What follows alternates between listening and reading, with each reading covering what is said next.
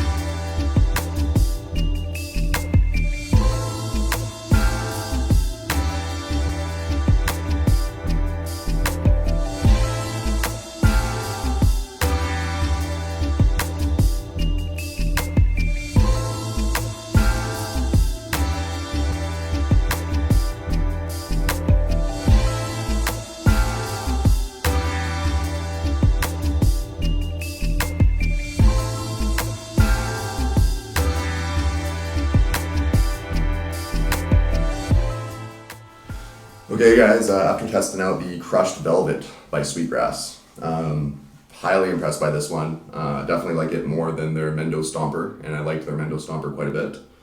Aesthetically, this stuff just looks unbelievable, just covered in crystal. If you have a keef catcher in your grinder, you're gonna get a lot of keef off this stuff. So I'll start with the taste. The taste on it was well. Like I said earlier, kind of like a berry, vanilla, creamy, and it slightly resembles the orange tings from Pistol in Paris that was grown by J-Buds. So yeah, really, really good flavor. Effects on it were well, very, very terpy. Definitely a good sedating effect. I didn't really get as much as the sativa. It definitely helped me sleep. The smoothness on it was good. Definitely hits hard. And then these were the two kind of worst knocks on it, even though I did give it a high rating, because I do think that they could improve on this with a humidity pack, Boveda, ideally. I've just heard that the Integra Boost packs, the white part of the paper can sometimes start to fray off and get into the cannabis, whereas Boveda I don't believe has that problem. Also, Boveda is a little bit more natural. So the ash on it was medium. It was a little bit dark. And the burn on it was good. It does like to kind of go out after about 30 seconds. And I've had experiences in the past with like Broken Coast and other companies where I've got a certain strain from them that didn't have a Boveda pack inside. I threw one in for like 24 hours and went back to smoking it, and it was a much cleaner burn and smoke. So just a heads up to Sweetgrass, you might want to think about doing that. But overall, really impressed with this one. I can't wait to get my hands on it again. I got 2/8 of it. And I'm going to have to give this one a rating of 9.2 out of 10. Till next time, guys. Hey everyone, thanks for watching my review of the Crushed Velvet by Sweetgrass Organics. Please subscribe on YouTube and hit that like button if you can. Cheers.